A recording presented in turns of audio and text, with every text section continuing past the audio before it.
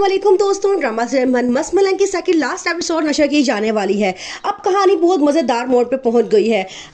मुबीन के हाथों सिकंदर का कत्ल हो जाता है। मुबीन बहुत घबरा जाता है। वो कहता है किसी की साजिश है, मैंने कत्ल नहीं किया।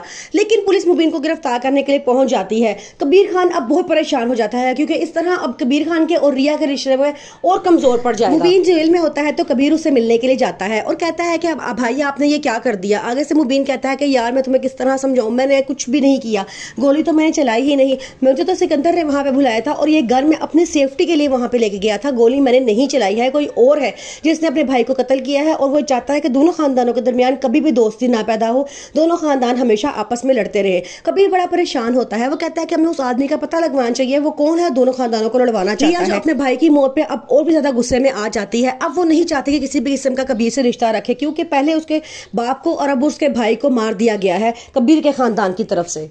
कबीर की मम्मा रोती धोती जब सिकंदर के जनाजे पे जाती हैं तो जाके कहती हैं कि हमें भी इस डेथ का बहुत अफसोस हुआ है, हम आपके साथ गम में बराबर के शरीक हैं। आगे से रिया कहती है कि आप फिक्र ना करें, इसका हम बदला जरूर लेंगे, जिसने मेरे भाई को मारा है उसको हम फांसी के फंदे पे लटका कर ही दम लेंगे। वो कहती है कि मिस्टर कबीर, तुम चाहते थे ना कि हमारी दूरियां कम हो, लेकिन तुम्हारा भाई ऐसा नहीं चाहता था, उसने जान के ये कत्ल किया है ताकि हम दोनों अलग हो जाएं। और अब मेरा भाई जो ये चाहता था कि मैं तुमसे खुला ले लूं, मैं उसकी आखिरी ख्वाहिश जरूर पूरी करूंगी। अब हम दोनों के रास्ते हमेशा के लिए जुदा हैं, मैं बहुत जल्द तुम्हें खुला कर नोटिस भेजूंगी। ये कह के वो रोती हुई अंदर भाग जाती है।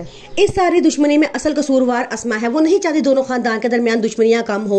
उसी ने जान के सिकंदर का कत्ल करवाया है ताकि ये दोनों खानदान आपस में हमेशा लड़ते रहे और रिया की तलाक हो जाए कबीर से, क्योंकि उसने उसको अपनी अना का मसला बना दिया कि दोनों खानदान कभी भी एक दूसरे के साथ मिलकर मत बैठे। जैसे ही कबीर वहां से जाता है दोनों बहनें बहुत खुश होती हैं। वो आगे से वफा कहती है, देखा मर्द के सामने रो तो इस तरह उसका दिल पिघल जाता है, फौरन ही वो मान जाता है। अब हमने इस घर में रहने का तो प्लान कर लिया है, अब आगे हमने क्या करना है ये हमें सोचना पड़ेगा। वो कहती है चलो अभी फिलहाल हम दोनों कमरे में चलते हैं, वहां जाके बात करते हैं कि अब हमें आगे क्या करना है। कबीर को जब सारी हकीकत का पता चलता है वो बड़े गुस्से में अपनी मामा के पास आता है और कहता है कि मिन्हा मेरे कमरे में क्या कर रही थी।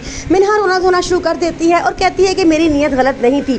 आगे से कबीर को बड़ा गुस्सा आता है, वो उससे बड़ी ऊंची आवाज में डांटता है और कहता है कि तुम्हारी नीयत गलत ही थी। ये कह के गुस्से में वहां से चला जाता है।